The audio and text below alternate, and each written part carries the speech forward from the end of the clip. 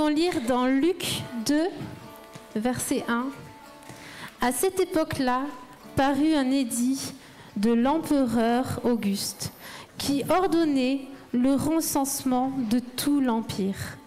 Ce premier recensement eut lieu pendant que Quirinius était gouverneur de Syrie. Tous allaient se faire inscrire, chacun dans sa ville d'origine. Joseph aussi monta de la Galilée, de la ville de Nazareth, pour se rendre en Judée, dans la ville de David, appelée Bethléem, parce qu'il était de la famille et de la lignée de David. Il y alla pour se faire inscrire avec sa femme Marie, qui était enceinte. Pendant qu'ils étaient là, le moment où Marie devait accoucher arriva, et elle mit au monde son fils premier-né. Elle l'enveloppa de lange et le coucha dans une mangeoire, parce qu'il n'y avait pas de place pour eux dans la salle des hôtes. Il y avait dans la même région des bergers qui passaient la nuit dans les champs pour y garder leurs troupeaux. Un ange du Seigneur leur apparut, et la gloire du Seigneur resplendit autour d'eux. Ils furent saisis d'une grande frayeur. Mais l'ange leur dit : « N'ayez pas peur, car je vous annonce une bonne nouvelle qui sera une source de grande joie pour tout le peuple. Aujourd'hui, dans la ville de David, il vous est né un sauveur qui est le Messie, le Seigneur. Voici à quel signe vous le reconnaîtrez. Vous trouverez un nouveau-né enveloppé de lange et couché dans une mangeoire. » Et tout à coup, une foule d'anges de l'armée céleste se joignit à l'ange. Ils adressaient des louanges à Dieu et disaient : « Gloire à Dieu dans les lieux très hauts, paix sur la terre et bienveillance parmi les hommes. » Lorsque les anges les eurent quittés pour retourner au ciel, les bergers se dirent les uns aux autres : « Allons jusqu'à Bethléem pour voir ce qui est arrivé, ce que le Seigneur nous a fait connaître. » Ils se dépêchèrent d'y aller et ils trouvèrent Marie et Joseph, ainsi que le nouveau-né couché dans la mangeoire. Après l'avoir vu, ils racontèrent ce qui leur avait été dit au sujet de ce petit enfant. Tous ceux qui entendirent les bergers furent étonnés de ce qu'il leur disait. Marie gardait le souvenir de tout cela et le méditait dans son cœur. Puis, les bergers repartirent en célébrant la gloire de Dieu et en lui adressant des louanges à cause de tout ce qu'ils avaient entendu et vu et qui était conforme à ce qui leur avait été annoncé. J'aime Noël. D'ailleurs, je suis un peu comme un de mes amis, un de mes proches amis qui s'appelle François, avec qui j'ai discuté vendredi. Ah, ensemble, on aime cette période. On prépare le sapin, c'est l'occasion d'alimenter, d'aller chercher les cadeaux, de s'activer. On voit les guirlandes lumineuses apparaître. On bat le pavé. On sent qu'il y a un état d'esprit festif. Et j'avoue, ça fait du bien. Ça fait du bien, parce que vraiment, on en a besoin. Car il faut avouer que notre quotidien, c'est pas toujours la joie. Entre l'inflation, on est obligé de plus en plus se serrer la ceinture. Alors bon, moi je peux pas beaucoup plus serrer là, mais la hausse des taux d'intérêt, je suis anciennement expert comptable, ça devient compliqué pour acheter. Notre monde va vite, on est obligé de se réinventer. Je ne sais pas ce que l'intelligence artificielle va nous promettre. Mais je sais pas, mais sans doute ce qui nous ronge un peu, c'est l'inquiétude pour l'avenir, pour les générations futures. Qu'est-ce qu'on va leur laisser ? Qu'est-ce qu'on est en train de leur laisser ? Est-ce que la planète, on a l'impression que la planète part à la dérive dans tous les sens ? Les niveaux d'eau, vous le savez très bien, c'est quand même globalement inquiétant. En plus, on a l'impression que nos politiques semblent plus intéressés par leur prochain mandat que par quoi que soit d'autre. Alors mes amis, quand Noël arrive, j'avoue, ça fait du bien. Ça fait du bien. Mais j'ai une petite question. Est-ce que cette trêve dans notre univers sombre est-elle suffisante? Est-ce qu'elle est suffisante? Bien sûr que non, et on le sait. Mais d'une certaine manière, on a un peu perdu espoir. Alors on se raccroche, et on a, d'une certaine manière avec raison, à ce qu'on peut, ces petits moments qui nous restent, et qui nous font du bien. Mais au fond de nous-mêmes, on aspire à sans doute autre chose. Un changement de la réalité qui soit tel que ça change à la fois notre maintenant et notre futur. Un peu d'ailleurs comme dirait la Marseillaise, que le jour de gloire est enfin arrivé. Et au fond, c'est pas bien différent de la situation dans laquelle on a pu lire le texte tout à l'heure du siècle d'il y a 2000 ans. L'histoire de naissance de Jésus, elle est sur un tréfonds historique un peu similaire au nôtre. On est très loin du conte de fées. La Palestine se trouve sous la domination de l'Empire romain, un empire qui voulait instaurer la paix romaine, la Pax Romana, mais qui le faisait par le biais de recensement avec un objectif bien précis, récupérer un max d'impôts supplémentaires. Alors, d'un claquement de doigts, un empereur fait déplacer des centaines de personnes, pas pour les inscrire sur une liste électorale, mais pour les inscrire sur une liste qui servira à collecter des impôts supplémentaires. En gros, vous payez et tout ira bien pour vous. Alors, c'est vraiment pas la joie au 1er siècle, on est un peu en mode oppression. Et dans ce contexte, verset 4, on a un homme, Joseph, qui est contraint de descendre du nord de la Palestine vers le sud, qui descend avec sa femme, qui est sur le point d'accoucher à Bethléem, la ville de David. En plus, vous imaginez, le voyage a dû être chaotique, 120 km avec des collines et des bosses, un trajet pas possible. À l'époque, il n'y avait pas les Tesla, hein, il n'y avait pas les Tesla. Hein. Donc ça a dû être une galère sans nom.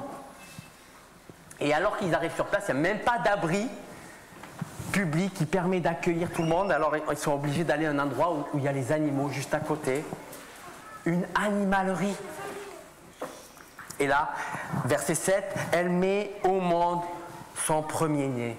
Et comme la coutume, elle l'enveloppe de l'ange. Un petit arrêt sur image. Un enfant qui naît au milieu des animaux, on est loin quand même de la féerie de Noël. Et si cet homme, comme on a pu le voir les fois précédentes, dans Luc, au tout début, si cet homme devait faire la différence, on se demande comment ça va être possible. Alors c'est vrai, Michée, un prophète des temps anciens, 8 siècles avant la venue de Jésus, avait annoncé qu'il y avait bien un roi choisi par Dieu qui viendrait dans cette ville à Bethléem, mais on n'est pas au bon endroit là, on n'est pas dans un palais, alors il doit y avoir une erreur.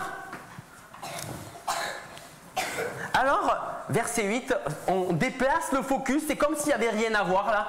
Alors on déplace et on se retrouve dans la campagne environnante du côté de Bethléem. Et là, des bergers qui gardent leur troupeau la nuit, un truc classique. Et là, verset 9, un ange du Seigneur leur apparut et la gloire du Seigneur resplendit autour d'eux. Ils sont littéralement pris d'une frousse extraordinaire. C'est pas le genre de truc qui arrive. C'est sans doute la première fois et peut-être la dernière fois qu'ils vont avoir, pas tout à fait la dernière fois, puisque dans le même événement, il va y avoir une autre arrivée, mais ça ne leur est pas arrivé dans leur vie. C'est pas étonnant qu'ils soient terrorisés. On l'aurait été, c'est sûr, comme eux. Mais le truc sans précédent, c'est que cette vision qui leur apparaît, en plus elle parle, Et là, c'est hallucinant, elle parle et elle dit au verset 10, « N'ayez pas peur, car je vous annonce une bonne nouvelle qui sera la source d'une grande joie pour tout le peuple. Aujourd'hui, dans la ville de David, il vous est né un sauveur qui est le Messie, le Seigneur. » Et là, le message ne s'arrête pas là. Vous allez pouvoir aller le vérifier le contenu de cette annonce. Il suffit que vous allez voir l'enfant qui vient de naître, verset 12, à quelques kilomètres de là. Et l'annonce se conclut par un véritable concert. Gloire à Dieu dans les lieux très hauts et paix sur la terre aux hommes qu'il aime. Mes amis, Luc écrit, un médecin en mode journaliste d'investigation, et on l'a vu au tout début de son évangile, si vous voulez aller vérifier, il a de manière méticuleuse compilé un récit de témoignages oculaires, et là il nous annonce une annonce véritablement hallucinante. Il y a une bonne nouvelle, littéralement l'évangile. Et vous savez que c'était à l'époque, l'évangile, c'était quand quelqu'un proclamait l'évangile, c'était pour annoncer qu'il y avait un triomphe, un changement de réalité énorme, une victoire militaire. Là, c'est une bonne nouvelle, mais c'est plus qu'une bonne nouvelle, c'est le changement d'une réalité. On n'est pas alors trop surpris qu'on en parle encore 2000 ans après, alors même qu'il y a beaucoup d'idéologies qui cherchent à l'éradiquer dans notre monde. On voit qu'il y a beaucoup de chrétiens persécutés dans notre monde. Parce que c'est une bonne nouvelle, c'est quelque chose qui va changer notre réalité. Mais à vue humaine, on n'a pas l'impression qu'il y ait quelque chose d'exceptionnel qui soit en train de se passer. Mais d'après cette annonce, il y a quelque chose d'extraordinaire. Vous me direz, je ne sais pas en quoi la naissance d'un sauveur qui est le Messie, le Seigneur, est susceptible d'être une bonne nouvelle. Alors je ne sais pas si ça vous est déjà arrivé de passer à côté en voiture d'une situation et puis de voir qu'il y a un grave accident et puis vous avez été bouché parce que ça fait déjà plus d'un quart d'heure que vous attendez parce que voilà, vous êtes sur le périph' toulousain et vous voyez qu'il y a eu un grave accident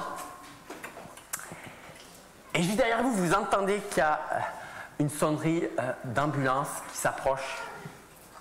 Alors là, vous êtes quand même réjoui pour la personne qui semble en train de souffrir notablement.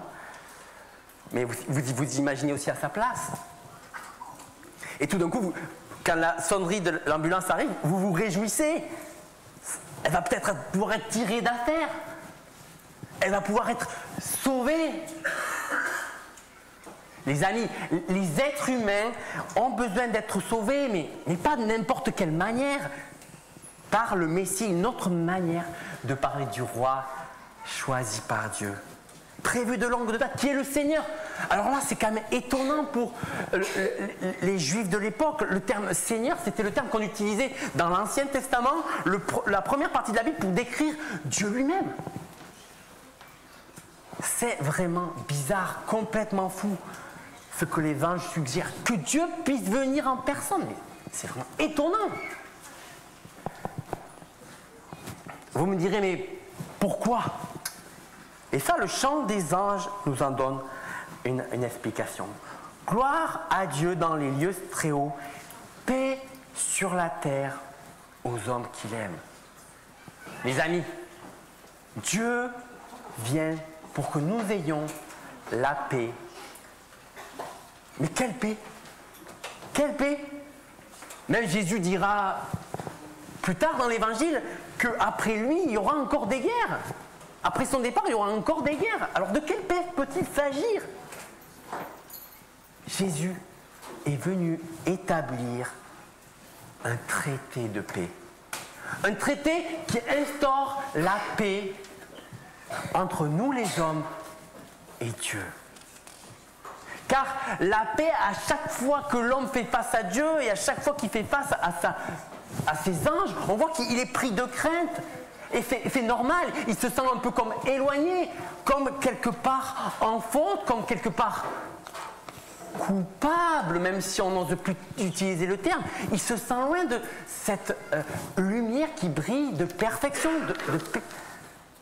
Comment lui, être humain, peut-il pourrait-il être en contact avec ces pensées mauvaises, ces actes troubles? Alors même s'il se persuade qu'il ne l'est pas vraiment, face à Dieu, il sait très bien qu'il est loin. Et c'est pour ça qu'il craint. Pourtant, à Noël, Dieu veut combler le fossé qui nous sépare à cause de nos fautes. C'est ça la délivrance, le salut annoncé de Noël. C'est ça la bonne nouvelle. Le sujet d'une joie immense.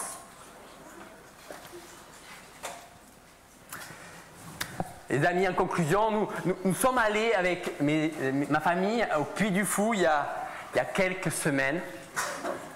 Et il y avait un spectacle et ils nous racontaient l'histoire du match de foot qui est arrivé le jour de Noël, vous savez, en 1914, entre les soldats allemands et écossais sur le lopin de terre qui séparait, qui était au milieu entre les deux tranchées.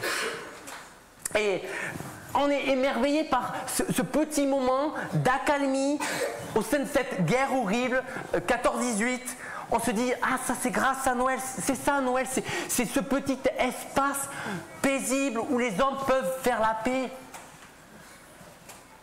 Pourtant mes amis, il y a eu un drame.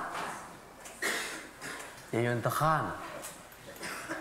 C'est que le lendemain, les soldats se sont remis à se tirer les uns sur les autres. Mes amis, si vous voulez que la beauté de Noël prenne la place dans vos vies, si vous aspirez vraiment à ce qu'une joie profonde dure plus qu'un instant, si vous aspirez à ce que vous ayez la paix avec le Dieu créateur de l'univers, celui qui a ordonnancé avec merveille l'univers et ses galaxies, c'est possible. C'est possible et vous pouvez faire comme Marie, vous pouvez méditer, vous pouvez réfléchir, vous pouvez relire l'évangile de Luc, vous pouvez aller découvrir, parler à des hommes et des femmes qui ont décidé de trouver leur joie profonde malgré les circonstances en cette personne, en cette venue, à Noël. On sait que sa naissance nous parle aussi de sa fin et de l'amour qu'il a manifesté envers nous. C'est ça Noël, une paix pour un peu plus qu'un instant. Je vous invite à prier. Père éternel, je te loue pour cette grâce que tu as eue envers les êtres humains de t'intéresser à eux. Tu n'as pas attendu que nous mobilisions tous nos efforts pour monter vers toi. Non, c'est toi qui es littéralement venu à notre rencontre pour faire la paix avec nous. Et pas juste une paix d'un instant, mais une paix qui dure et qui nous donne à la fois pour aujourd'hui une profonde joie et une espérance vivante au milieu d'un monde qui souffre. Merci Seigneur pour cet amour que tu as manifesté en ta venue. Je prie Seigneur qu'un grand nombre puisse le saisir pour qu'on puisse associer à l'armée des anges et te louer, t'honorer pour qui tu es.